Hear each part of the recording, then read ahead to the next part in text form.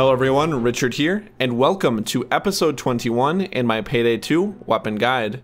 Today we're going to be looking at the newest weapon included with the Joy character, the signature SMG.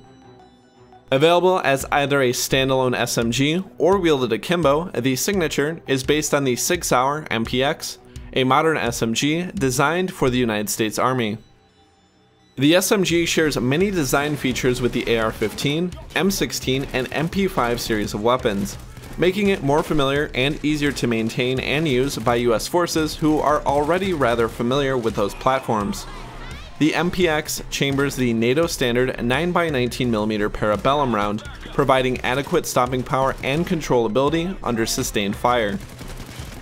Despite my attempts at being neutral towards the weapons featured in-game, this weapon is admittedly pretty poor in comparison to its alternatives, but is a good lesson in understanding weapons in Payday 2. In-game, the SIG is a low-damage SMG, dealing similar damage to the Compact 5 and CMP, and coming in at 44 or 46.2 with Fast and Furious. At this point, even basic enemies on Mayhem and above will require considerable attention to dispatch. With a barrel extension that improves damage, it should make the weapon far more effective on Mayhem. This will allow you to kill Greys in 2 headshots and Heavy SWAT in 4, an improvement of 1 shot for each compared to the normal 46.2 damage. The benefits quickly evaporate past Mayhem, with any damage improvements not decreasing shots to kill, with or without body expertise, on Death Wish and above, solidifying this as a Mayhem or below weapon without critical hits. Rate of fire is actually quite low at 750 rounds per minute, tied with the Compact 5 and being beaten by the CMP, Micro Uzi, and the Cobra by significant margins. This puts its damage per second significantly behind almost all other SMGs, meaning this is not a weapon designed for quickly putting down enemies with volume of fire. Unfortunately, its handling stats leave much to be desired as well, with a base stability of 44. Due to the lack of modifications, there is little that can be done to reasonably improve this without sacrificing other stats. To make matters worse, the recoil is often unpredictable, sending the weapon in random directions and making proper compensation nearly impossible.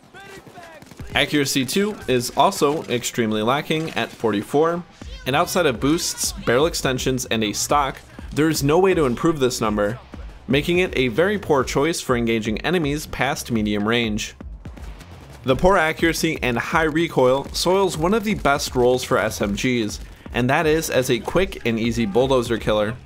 Unfortunately, your inability to properly tame the SIG's kick means you'll have to get dangerously close to a dozer for it to be useful, and this is especially true without critical hits. Magazine capacity is poor by default at 20 rounds or 40 for the akimbo, but can be increased to 50 and 100 respectively with the addition of an extended magazine.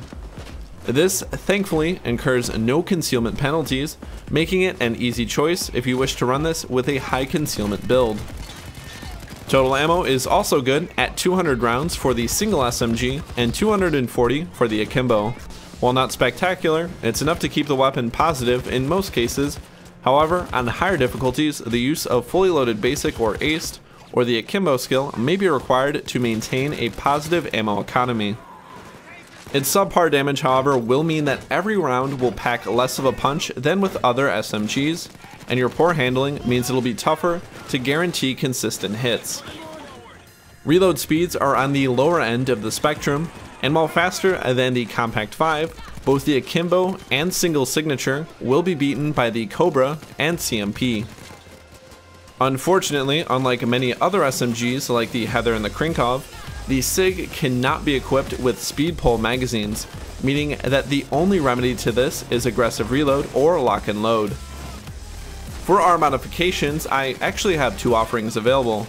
The first will focus on weapon control, using the Competitor's Compensator, an accuracy boost, the full auto mod, LED combo, extended magazine, optic of your choice, and the 2-piece stock. For a high concealment option, the medium suppressor, concealment boost, micro laser, short foregrip, extended magazine, and finally a no stock or a wide stock. The same principle applies to the Akimbos, however, obviously omitting the stock and optical modifications. For skills and perk deck, you will want to maximize your builds for how you mod your weapons or vice versa. Surefire Ace, Body Expertise Ace, and Lock and Load Ace combined with Stable Shot and Steady Grip will benefit the first mod selection the best. For a crit dodge build, Optical Illusions Ace, Hidden Pockets, Low Blow, and Sneaky Bastard are all run-of-the-mill for a dodge build. However, the use of some of the previous skills will benefit the usability of the signature. For strategy, I honestly don't even know why you'd take this weapon. It's surpassed by the Compact 5 in effectiveness, especially for a total concealment or loud build. For a crit weapon, the Micro Uzi is just plain better. There's no reason to even bother unless you just enjoy the look and the feel of the MPX. Just to reiterate, as a stealth weapon, it's beaten by the undefeated SMG champion, the MP5 or Compact 5.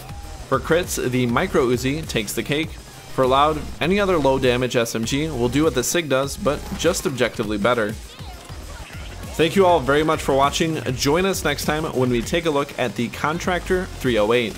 Let me know your thoughts on the signature and what your favorite SMG is in the comments below. Also feel free to subscribe or check out my Patreon page. As a small creator, doing those is extremely helpful and would be greatly appreciated. My name is Richard, and until next time, happy hunting.